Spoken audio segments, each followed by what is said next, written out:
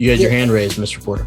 Yeah, I just wanted to speak to Deontay Wilder real quick. I don't know about health-wise. And of course, I'm optimistic. I believe, or I want to believe, that since that Tyson Fury fight, the trilogy fight, my heart is telling me that he's healthy, that he's recovered, that everything's okay. That was a heck of a fight, and of course, with me being on a side of it to have to commentate it, I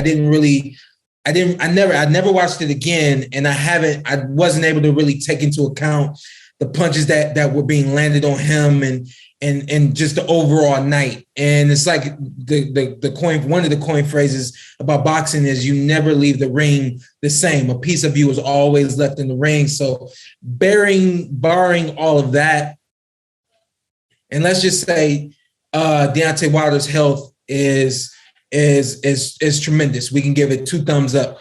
He's going to be better because of that trilogy fight. I think that the things that they worked on in camp, I think that they showed up in the ring. And even though he didn't win that fight, I think that he grew on fight night. All that being said, if he's got it here and here to still fight, he's the most dangerous fighter in the heavyweight division beyond Tyson Fury still at this point. And that's including Alexander Usyk. Dangerous for more reasons than just being able to put hands on somebody and get them out of there. I think he's going to be better because of that trilogy fight if he's healthy and if he does still have that desire mentally and emotionally to fight. He's the most dangerous guy in the heavyweight division right now. And had a great interview on the PBC's YouTube channel. You can definitely check out if you want to. I just like hearing from Deontay. He's just maybe one of the more engaging guys in boxing. And so it was great to hear from him.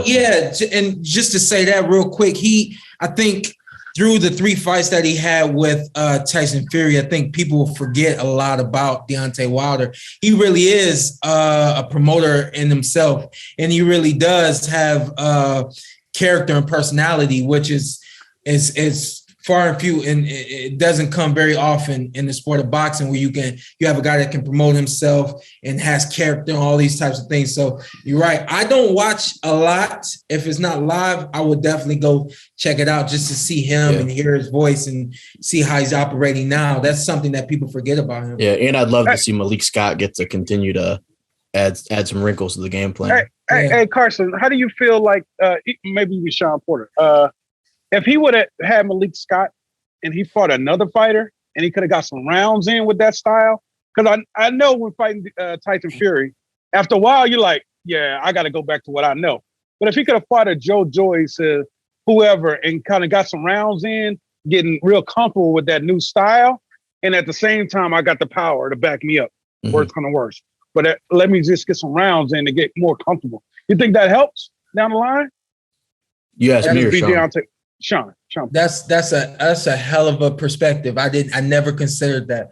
And we talk about that all the time when guys change trainers or when guys move into a new weight class. We're always telling them to get their bearings where they are. And I never personally even considered that for Deontay Wilder. I think it was the business of boxing had him in a specific position where there was no going backwards, and there's now, and that's all.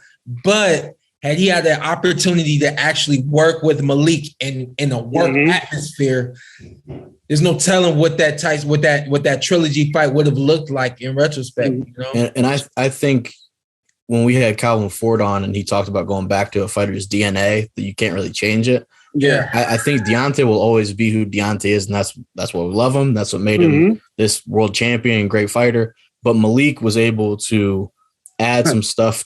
What is this guy doing? Go ahead. Yeah. Was able to add to that DNA. So it wasn't like he was trying to change Deontay into a completely different fighter. He was just building on Deontay's skill set, his power, and saying, hey, maybe you add a little bit of this. That's why I was confident Deontay was going to be able to get it done in the trilogy, was that he was already this great fighter. What on earth? And then he was able to get in there. Oh, there he is. Yeah, I was hoping he wasn't butt ass in there, but but Yeah, I wouldn't hate to see a Joe Joyce fight with Deontay or any of the champs, but we'll see what he ends up doing next. And then this coming weekend, sneaky good card on Showtime. Hey, Carson, go. Hold on, because I have my hand up. Yeah, I thought you were waving to your son. Yeah, me too.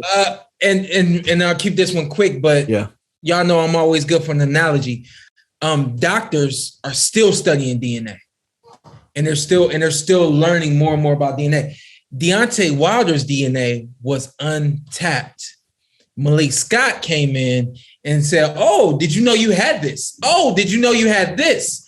Nobody ever showed you how this worked. Let me show you how this works." So I really do. I think that in a short amount of time, they were able to do a lot with one another as fighter and coach. And I really do hope that they come back for another run at this thing, because they can make it happen. And I would actually love to see Malik Scott get in the gym with some of the other fighters as well, and maybe try to grow his coaching resume a little bit, because I think he's going to be an up and coming star. And I guess we can also touch on. Oh wait, if I could.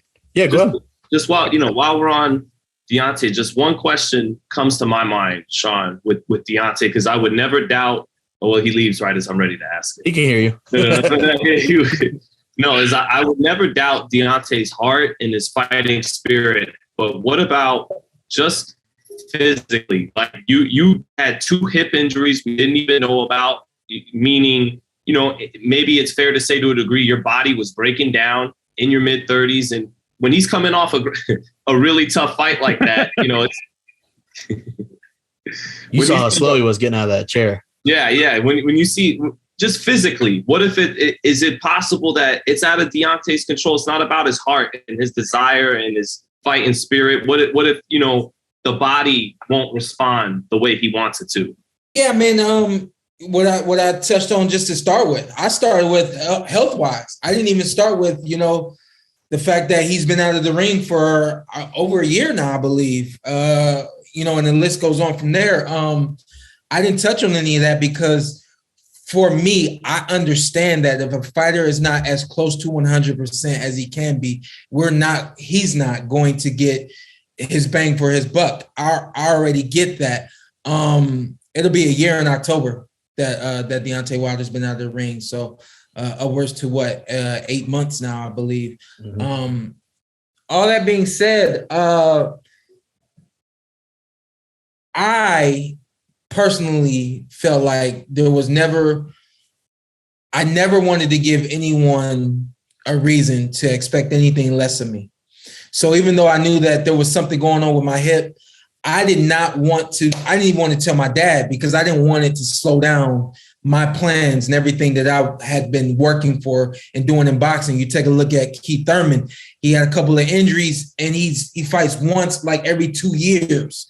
I didn't want that to happen to me. And of course, once people know about the injury, it's like, hey, we got to get this to as close to 100% as we can before you get back in the ring.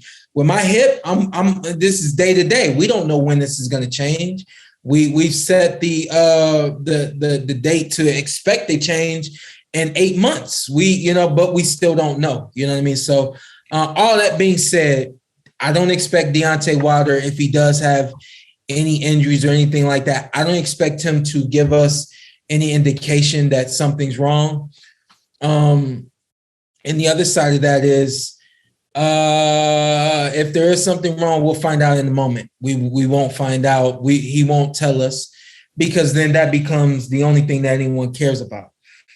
I'm gonna go ahead and go there. You talk about a guy like Ryan Garcia having to pull himself out of a fight because of emotional and mental health issues. Excuse me, because of mental health issues.